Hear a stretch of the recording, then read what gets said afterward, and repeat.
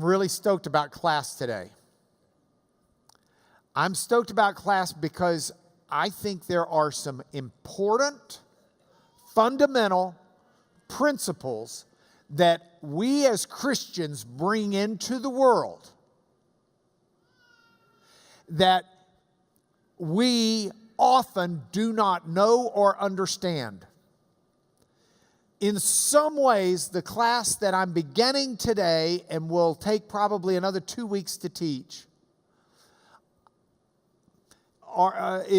these are items that we do not talk about as we should. These are items that are not typically taught. We don't find them generally discussed in the Baptist Quarterly.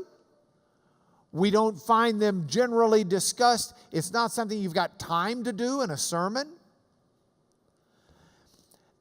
But these are extremely important ideas and concepts, especially in light of the culture in which we live and the state of knowledge that the internet age has brought into our lives. So if you're here today, which most of you seem to be, I want to thank you for being here, and I want to urge and encourage you to come for the next 2 classes as well. About 30% of our class comes about every 3 or 4 weeks, and we kind of rotate them. That's fine. I mean, I generally would do that, you know, if I wasn't up here teaching. No, I'm joking. I want to urge you to come 3 weeks in a row because this is stuff we need. That's prelude to the lesson 1. Prelude to the lesson 2. There's some of what I'm going to teach that some of you may not agree with.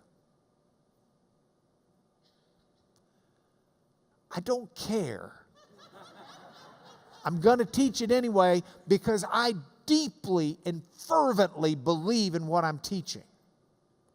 And if you do not agree with me, I honor and respect you, but I would ask that you consider whether or not this is worth changing your mind. Janet Seifert's already told me that she doesn't like part of this lesson, not in the sense that she thinks it's wrong, but it just leaves her a little uncomfortable. I don't know if that's an accurate way of describing what you said, but it leaves her uncomfortable. I think this lesson should leave many of us uncomfortable. But boy, I think it's important. It's so important that I'm not going to do it in 1, I'm going to do it in 3 weeks because I really want to go into this in detail. And if it takes 4 weeks, we'll do 4 weeks. God, faith or science? So let me set this in presenter view. There we go. All right, look at that question itself. God, faith or science? Please understand, we live in a very competitive world. We learn competition real early. We learn to do competitive races. We play competitive sports. We play competitive games. We get into the business world, which is a competitive world. We're always looking for that extra boost, that little bit extra. By the way, that is the lawyer there, second from the right, who figured out how to tie the extra balloon on to get up just a little bit higher. Our economy is built on competition. The business of America is business. It's capitalism. It's who's got the best product at the best price or delivers the best service. You know, we are a competitive people. Some would even say competition is in our DNA. Herbert Spencer was a British biologist, philosopher, student of Charles Darwin, or at least a Darwinian follower, maybe more proper way to say it. He wrote a book, and in the 1869 or 79 version, I think, was the first edition, but Principles of Biology. And here's what he had to say. On page 444, he coined this phrase in section 165. This survival of the fittest. First time the word's used, phrase is used that we know of. Which I have sought to express in mechanical terms is that which Mr. Darwin has called natural selection, or the preservation of favored races in the struggle for life. The idea of survival of the fittest, the Darwinians would tell you, is inherent in who we are. That those that are more fit for a particular environment will be the ones that thrive and continue to grow and develop, where those that are less fit will not. In other words, competition is even down to the point of how we continue to grow and develop as people, according to the Darwinians. I'm not sure, by the way, that that's accurate. But the point is, we are, without a doubt, very competitive people. And so within the framework of this, it seems logical for us to put things against each other, to pit things in competition. Is it faith or is it science? As if those two are competing. Because that's just inherent in the way we think. We think things in competitive terms. And that's not right to do. So one of the most notable atheists in the world today is Richard Dawkins. And Richard Dawkins published many books, but his book, The Selfish Gene, is one where he puts out this idea that faith is something that's the opposite of science. That faith and science are pitted against each other. He says faith is belief in the teeth of the evidence that science gives. If you were to put him on a teeter-totter, in his view, science is that heavyweight thing that we can be certain of and know. Faith is some wisp of a vapor that has no real substance, that's for the disillusioned, that's for those who can't think straight, for those wishful thinkers and dreamers who stare in the face of evidence. And in a teeter-totter, they just can't measure up and they can't sustain life because they're not real. They're not based on reality, I should say. Well, I think that's an error. I think that's a big error. I think that's a horrible error. I think it's illogical. Now, here's your warning. I want to warn you, I am not a scientist. You've been put on fair notice. But I deal with scientists all day long. I got served 70-plus expert reports in the opioid litigation Friday night from some of the best doctors and scientists that money can buy. Sorry, showed a little bias there. I got served these reports. I deal with experts. I've put on people who are up for Nobel Prizes for coming up with leukemia treatments and cures. I've dealt with scientists who deal with every kind of issue you can deal with.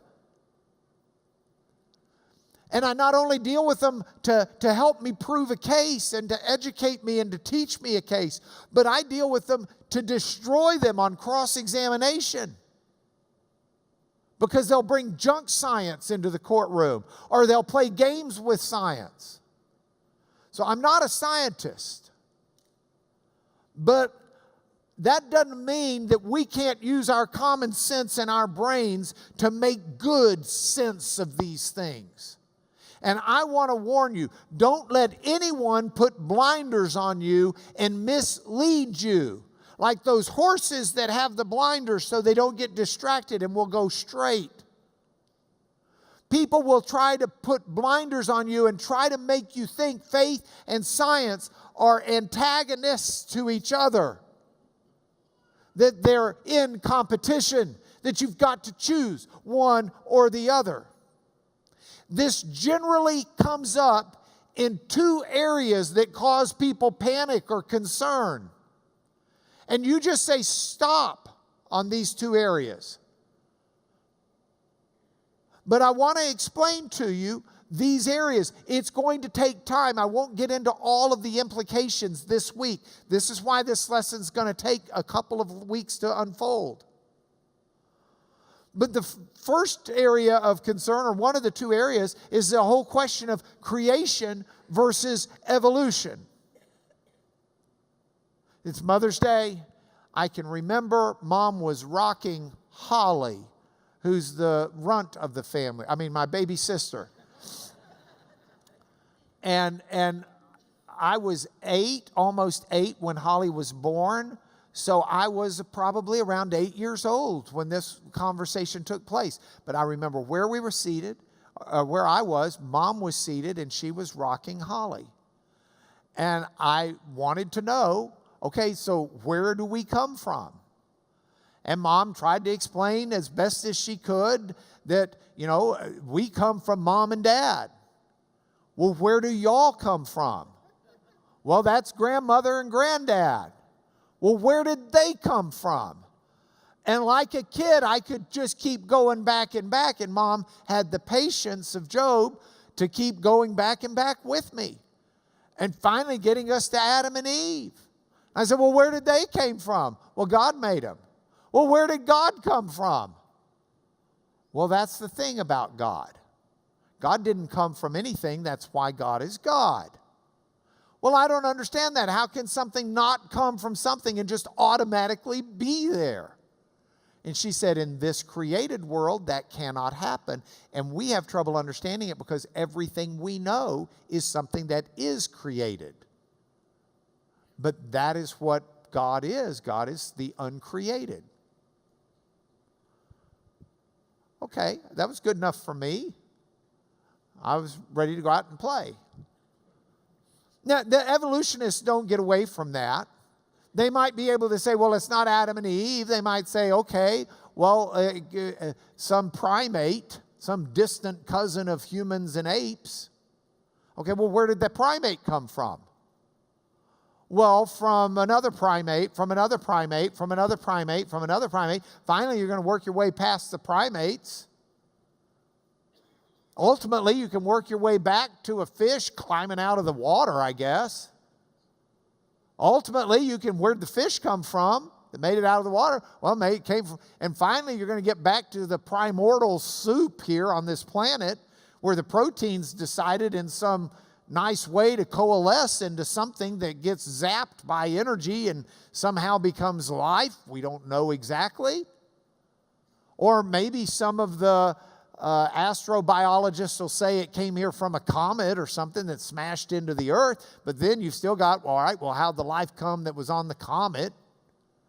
Maybe you can chart it all back from there into where the proteins come from. Well, from the primordial soup. Well, where'd the soup come from? Well, ultimately it was stardust that was all in one little bundle that kaboom, in a big bang, exploded into the universe. All right, well, where did the bundle come from? And so either way, we've got those types of discussions. And it's as if creation and evolution are at odds with each other. And I don't think biblically that they have to be. And so I want to talk about that, but it's not this week. There's another area, faith in medicine. Faith in medicine is one that causes people consternation.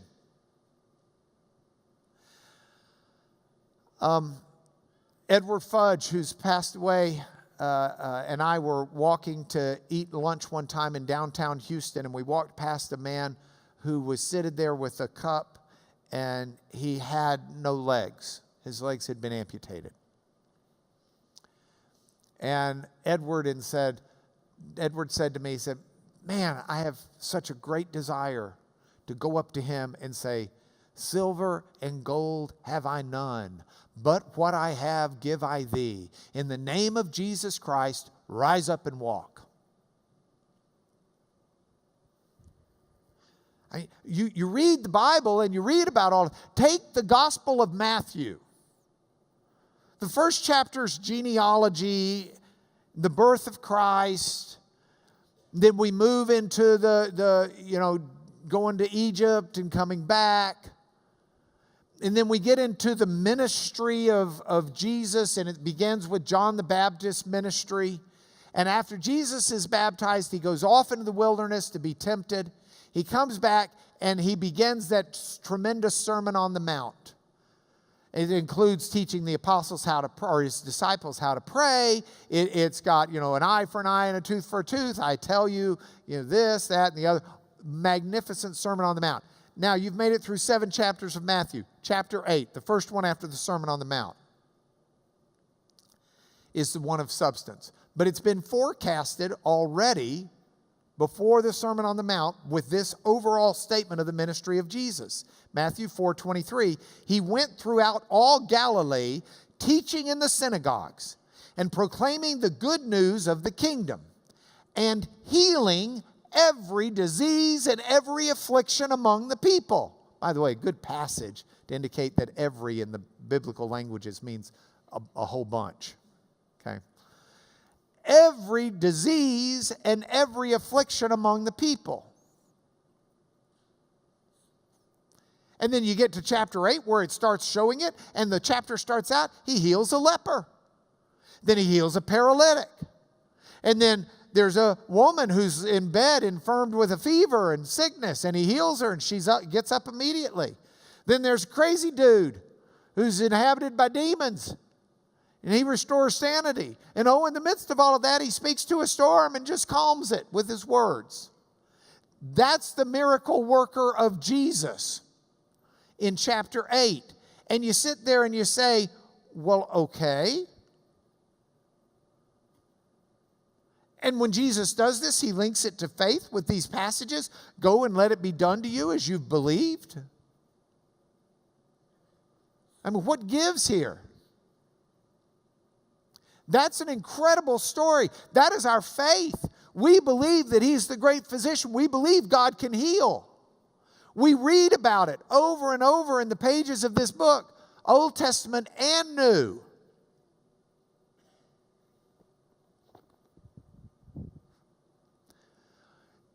So in the field of medical literature, there's a journal that now goes by a different name, but in the early 2000s it was called the Archives of Internal Medicine. And in January 10th of 2005, there was a study that was published, When Patients Choose Faith Over Medicine. And it was looking at the attitudes of doctors and how doctors deal with these patients and the conflict that doctors experience. So it followed and interviewed and worked with, I think it was 23 different doctors. But in the process of that, it revealed conflict between people who go to the doctor and the medical treatment and advice that the doctor gives. Look at this statement. The conflict introduced by religion is common. It occurs in 3 types of settings.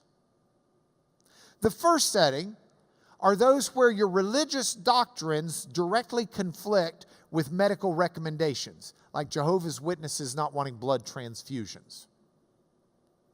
The second are those where there's an area of extensive controversy within the broader society, like bringing a child to term if the child is going to die once the child is born, and putting the mother through the risk of childbirth, knowing the child has no chance of living outside the womb. That's an area of conflict that the doctors talk about. It's the third area, though, that I want to talk to you about. Settings of relative medical uncertainty in which patients choose faith over medicine, as if the two are at odds, as if the two are in competition, as if medicine is science, but faith is something greater. That, by the way, according to this article and study, is the largest category of problem that physicians encounter. And you look at it and you read the accounts, and the physicians talked about patients who say they trust God more than they trust us. so they're going to refuse treatment. They give the example of a woman who refused a colonoscopy, which is where you go in rectally and you remove polyps. She refused it after a screening indicated hundreds of polyps because she and her daughter believed in the power of prayer.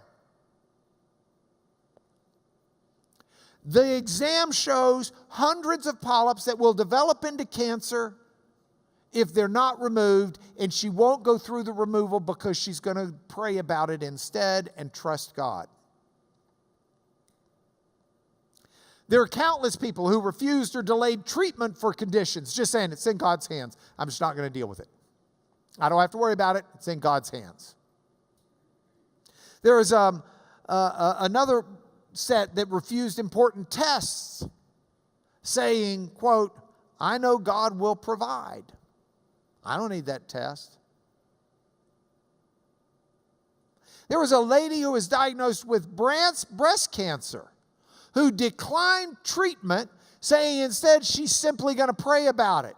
And the doctor was just full of angst, saying, 6 months from now, I will not be able to do for her what I could do for her today.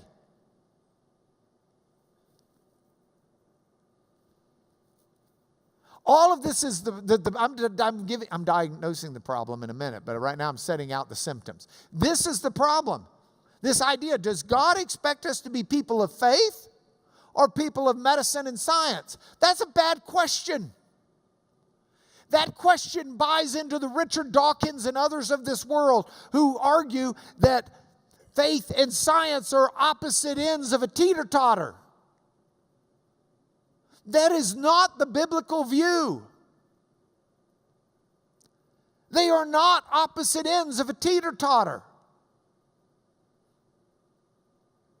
If we do not have a biblical understanding of science and medicine, we are not doing what we should be doing in this world for the cause of Christ.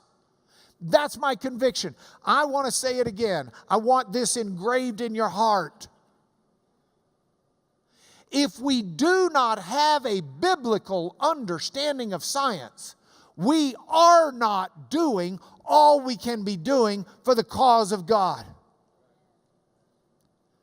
That's why this is so important. That's why I'm bothering to teach this. That's why I want us to understand this. We're going to spend the 3 weeks on it. Why want to know, what does the Bible teach about science? I've told you the Bible's not a science textbook. It's not. But that doesn't mean it doesn't teach us about science. It does. Go back to Genesis. No, I'm not going back to Genesis 1. In the beginning, God created the heavens and the earth, though that is what's up there. Barashit bara Elohim et hashamayim va'et. And it would say ha'eretz, the earth, if we had it up there. But that's not where I'm going. I'm going to chapter 2. Garden of Eden. The Lord God took the man and He put him in the Garden of Eden to work it and keep it. Now, we don't know where the Garden of Eden actually was. I don't know what it actually looked like. I know where the rumors are it was. But I can't say with all definiteness that it was just inside the city limits of Lubbock. But I do know that the Lord God took the man and put him in a Garden of Eden to work it and to keep it. Look at those two words. Work and keep. Work, avad in the Hebrew is the verb. Avad means, the word work means you use it to till a field. You can use it to tend to a vineyard. It's used as the word for slave comes from it, eved. It's used for a servant. It's used for serving God.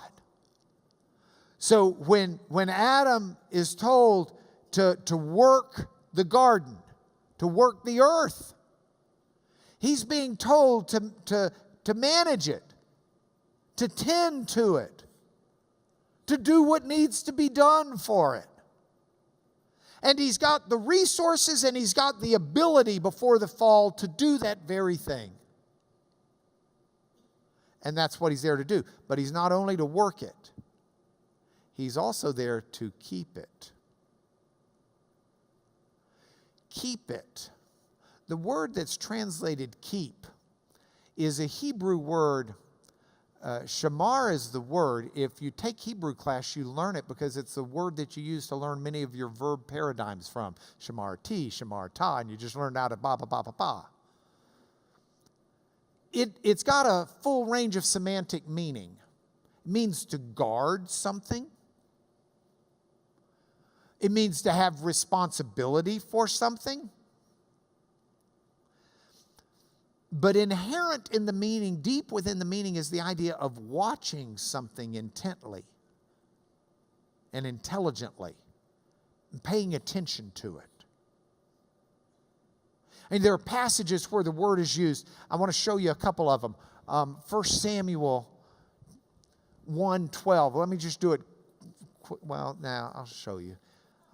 See, here's my problem. I get so excited to teach this stuff that I cram it all in, and we're going to take our time. This is so important. If I don't even get through all of today, we'll roll it into next week. Look at this. So here's the story. This is the story of the mother, Hannah, the mother of Samuel, ultimately. But right now she's a barren woman. And so she goes to pray before the Lord. And as she continued praying before the Lord, Eli, who's the high priest, observed her mouth. Now, this word keep is in there. Shamar is in there. Right here. It means to look at something attentively. He observed her mouth. He looked attentively at what she was doing. In Isaiah chapter 21 and later in Isaiah, where it talks about the watchman, the watchman, the watchman, the watchman. It's the same verb. It's the person who's keeping watch, who's being observant and attentive. So if we go back to the PowerPoint, what is it that Adam was being told to do? He's being told to be observant of nature. He's being told to watch it, to pay attention to it, to use his intelligence with it. He's being told to be educated about it. He's being told to understand it. A fundamental thing that the Bible teaches us about science is this. In this world that we live, we are to take responsibility. We're to watch nature intelligently and attentively, and we're to tend to it. That's the first instruction we got. Don't say, well, yeah, but that was before the fall. Okay. So was be fruitful and multiply. I mean, that doesn't mean we don't have to do it. So was follow God and His commandments.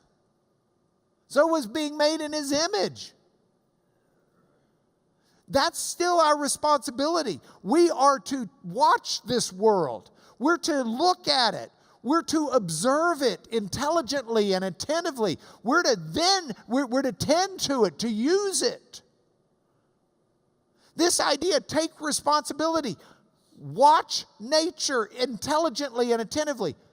That might ring a bell with you. It's fundamental to the scientific method. The first step of the scientific method is to observe. We observe. We hypothesize. We think about it. We test theories. We put them to work. And then we draw conclusions. That's the basic 4 steps. And I know that philosophers of science debate the accuracy and the nuances of the scientific method. I understand all of that. But that's the core of science today, is exactly what God told Adam to do. Take responsibility. Watch nature intelligently and attentively and tend to it. That is the scientific method. So what does the Bible teach us about science? It teaches us to use it, to develop it.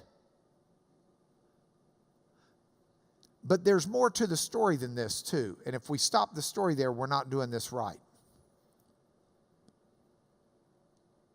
See, we know that God made a utopia. He put Adam and Eve there and made them responsible for the world, its animals, its creatures, and all the rest of this stuff. When Adam and Eve fell, they lost, I'm convinced, abilities. They lost physically. Their bodies were altered. Their minds were altered. But the earth itself was no longer what it was meant to be. The lesson from Genesis chapter 3 is that the beauty of this world was marred by sin. God says it to Adam and Eve. God says to the woman, He says, in pain you're going to bring forth children. To Adam He says, cursed is the ground because of you. In pain you're going to eat of it all the days of your life. Thorns and thistles it will bring forth for you. By the sweat of your brow you're going to eat your bread till you return to the dust. Because you came from dust, and to dust you're going to return. So God made the world to be a Garden of Eden. He made it to be paradise. Sin has marred the beauty of the world. Sin has brought curse. It's brought pain. It's brought destruction. It's brought agony. It's brought blood, sweat, and tears. Science is our tool to combat the fallen world. Science is what God has given us to wage war on the ravages brought on by sin in this fallen world. I gave you this slide last week. I asked the question, where is God in the midst of evil? And the answer was, God's working to bring good from evil. That is what God is doing. That is the work of God, to bring good from evil. Now, if that's the work of God, and science is our tool to be doing that, shouldn't we be doing the work of God? Shouldn't we be seeking to bring good from evil? When someone is hurting, shouldn't we try to help them with their pain? When someone is sick, shouldn't we be offering them medicine and care? When someone is hungry, shouldn't we be helping them figure out how to eat?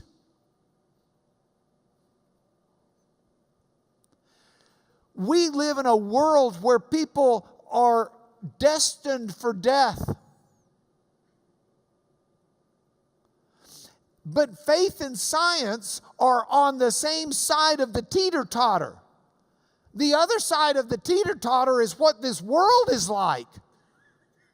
The ravages of sin, cancer, disability, broken relationships, lack of discipline,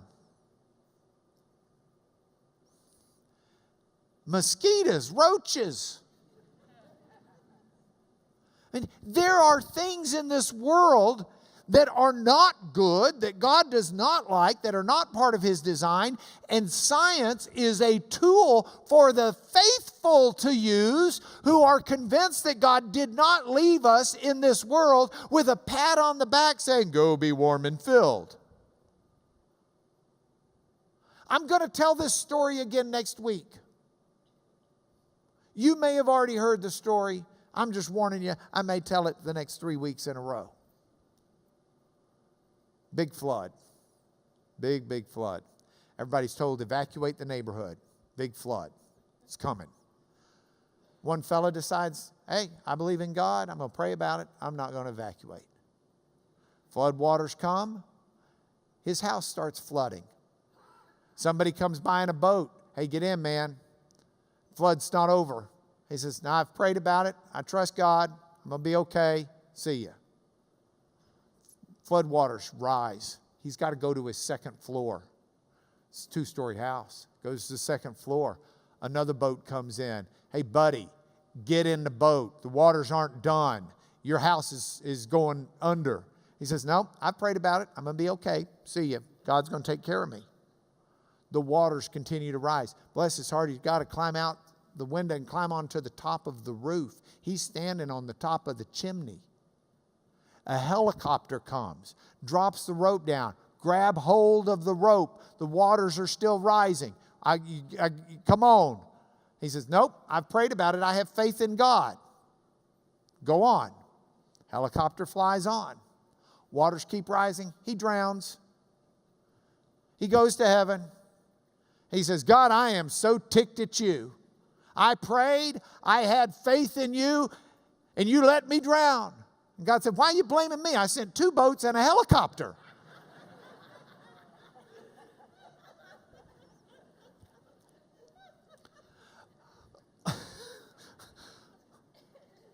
Science is God's tool, and there are problems. Sometimes science can win and can rescue. If you've got breast cancer, go to the doctor. I'm not saying don't pray about it. And we'll talk about that. And we'll talk about a God who can miraculously heal. But we're going to talk about what a miracle is. I'm just telling you, don't say I'm going to pray about it and not use science. Science is God's tool that He gave us.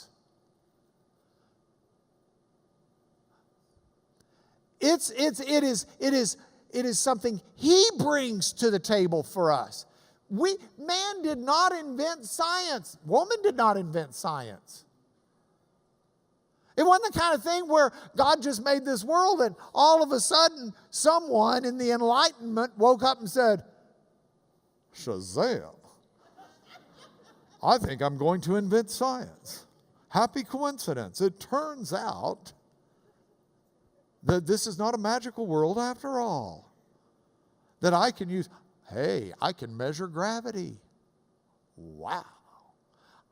I invented, come on, do you think Einstein just stumbled upon the theory of relativity and that God didn't know it already existed? Did it surprise God? Did God say, holy smoke, E equals MC squared? I never dreamed when we made this planet that would happen. Whoa! And science is there. It's us discovering what God has put into this world. It's us doing the work of our humanity to understand, to look intelligently, shamar, to keep what we're about. It is it is the tool that we have to fight this monstrous disease of the fall. It's not a competition. The competition is not faith versus medicine or science. They're on the same side. Faith is what drives us to trust in science. Faith is what drives us to motivate and give purpose to our science. It's because we understand that this world was meant for more, that this world is meant for better. That we struggle to determine ways to treat people with value. We want our people treated with the dignity that comes from being made in the image of God. They're not thrown away.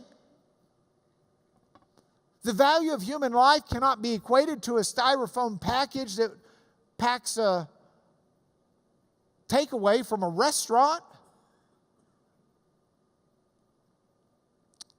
So, how do we deal with this? To me, that's what I want to unfold over the next couple of weeks. I want to unfold what it means theoretically, but I also want to unfold what it means practically. I want to unfold the theology so that we understand personal responsibility. And I think as we do that, we'll understand how faith and science go hand in hand. They're not in competition. They're on the same team. They are teammates. And when we understand that, we will live more responsibly. We will treat others more responsibly. We will continue to honor and appreciate the glory of God's creation, aka science, as well as beauty. And we will see that God is not guilty of fraud. That He is not the God of faith and anti-science. So, take action now. So I've tweaked it a little bit, but it's really interesting. See, this lesson is the next logical lesson after our last three on good and evil and how God, it can be God with good and evil.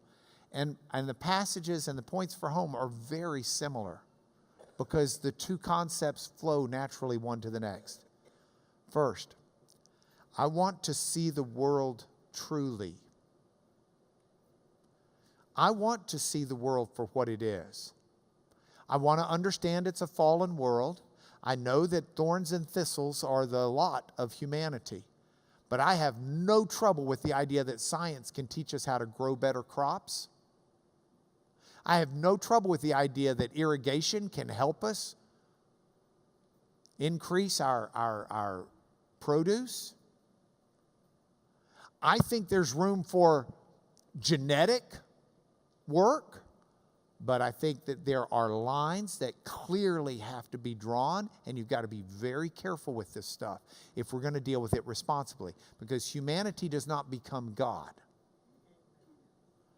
So where these lines are blurred, Chinese doctor has just figured out how to alter the genetic structure for a newborn child, changing genes in the birthing process to make a genetic alteration. Doctors are looking at making genetic alterations to create a humanity that's resistant to the AIDS virus. Where do we as Christians view all of this? Do we just not click on that story on the internet because, oh, that doesn't interest me? Well, it may not interest you today.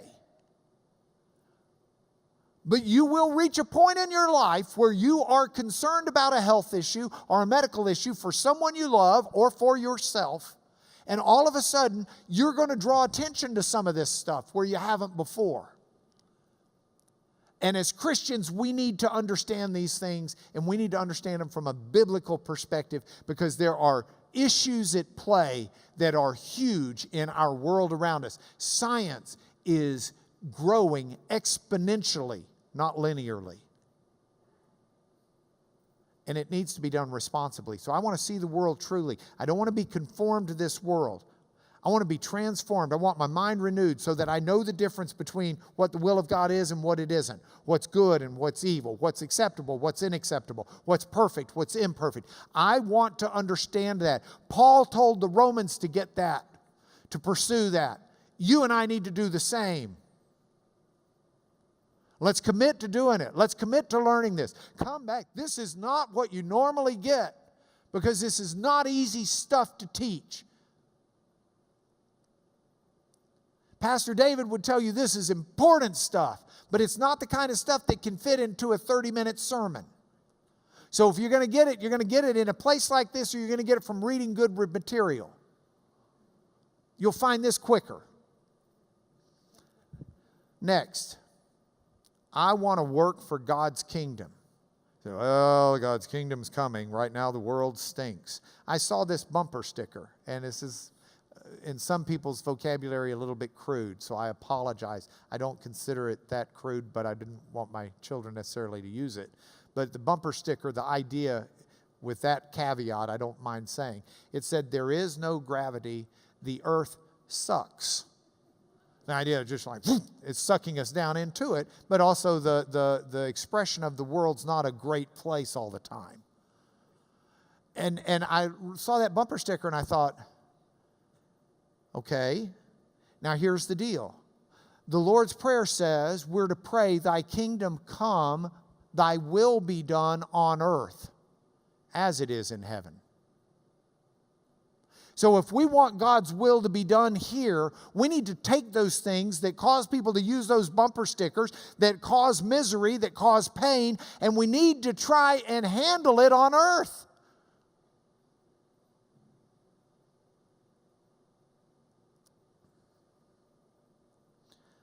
God says He's going to wipe away every tear from their eyes, and death will be no more. Neither shall there be mourning, nor crying, nor pain anymore. The former things have passed away. That is coming, but that's still what He wants us to do right here, right now, too. To try to wipe tears, to try to comfort those grieving, to try to help those in pain, to try to help the hungry. That's our job. That's part of keeping this place. That's part of what we need to do as we struggle for God's good. That is, I was hungry and you gave me food. When you did it to the least of these, Jesus says, you did it to me. You're doing my work. The scientist who figures out how to power this planet without destroying this planet is the scientist who's doing the work of God, who's using tools to help people have a better life. The food bank that's helping support the charities and and take food that would otherwise be wasted and take that food and pass it around so that people can eat are doing the work of God. Some of them don't even realize it. God can use a donkey. We need to take those people who think that this world is a bad place, and it is, and it does have moments where it's just wretched. But we need to struggle for God's good in the midst of that. And science and faith are teammates in doing that. James says, don't simply say to someone, hey, I see you don't have any clothes, and I know you're hungry. I'm going to pray for you. Be warm and filled. Have a good day. Faith without works, he says, is barren. That's what he's talking about. He's not talking about how do you get saved. He's talking about how are you living on this earth. You need to get yourself in gear and do what God wants us to be doing. That's the teammate of faith. And that's where science and medicine come in from a biblical worldview. You with me? I'm excited to speak again about this. Can I bless you in the name of Jesus? Father, thank you so much for all that you've done, the tools you've given us, the resources you've given us. May we take them, Father, and fight for your good, fight for your kingdom, fight for your mercy, fight for your love, fight for your provision, fight for the underprivileged, fight for those who don't have, fight for those who are in hurt, fight for those who are mourning, fight for those who are scared, fight for those who are alone, fight for those who don't have the resources to fight for themselves. Father, may we be your hands and your feet and your love and your heart and your provision. Give us the creativity, the ingenuity, the insight to use this world for your good and the good of your kingdom. That is our prayer in the name of Jesus. Amen. See you guys next Sunday.